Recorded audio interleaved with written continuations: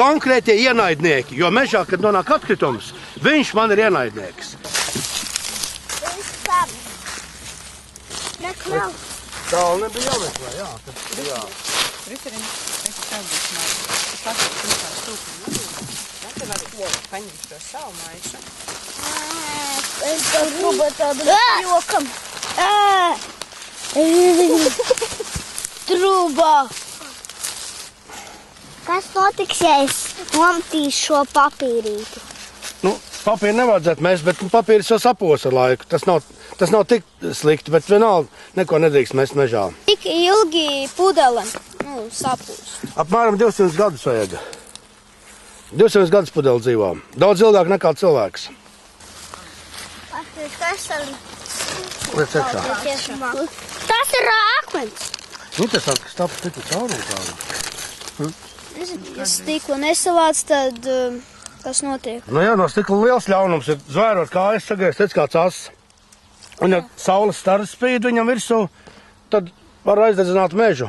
Es zinu, tu ar stāstījis. Tāpat kā ar palielināmo stiklu. Jā, tieši tā kā. Zemē, un tad, ķipa, saule uzspīd. Nē, saule spīd, un, piemēram, skudra iet pa zemi tieši zem stikla, un saule uzspīd, un tas skudra vienkārši nodeg. Sadeg, jā. Liels ļaunums no stikla. Jā. Tāpat arī no metāla visādas skābes. Cities pat no mašīnām akumulators met mežā un riepas. Baterijas, es esmu redzējis. Porcelāna maisiņus, visādus. Lielākais ir atrasts, vesels trolejbus pie Jēkabpils atrasts mežā. Vecs trolejbus izmest mežā. Šausmas. Es arī esmu atradis leduskapi, kas tepat vien mežā ir bijis.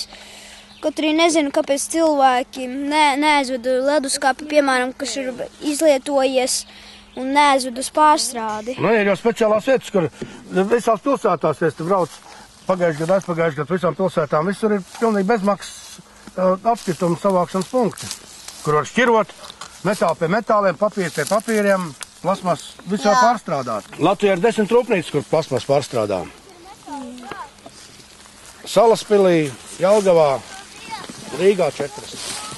Tā kā būtībā pilnīgi visu var pārstrādāt. Ja cilvēki kārtīgi mest, jā, Igaunija arī ir.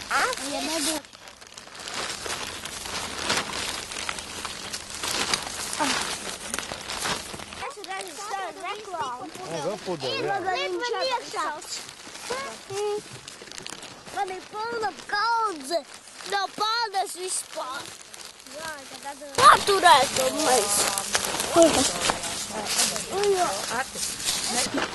Nu, malači bērni.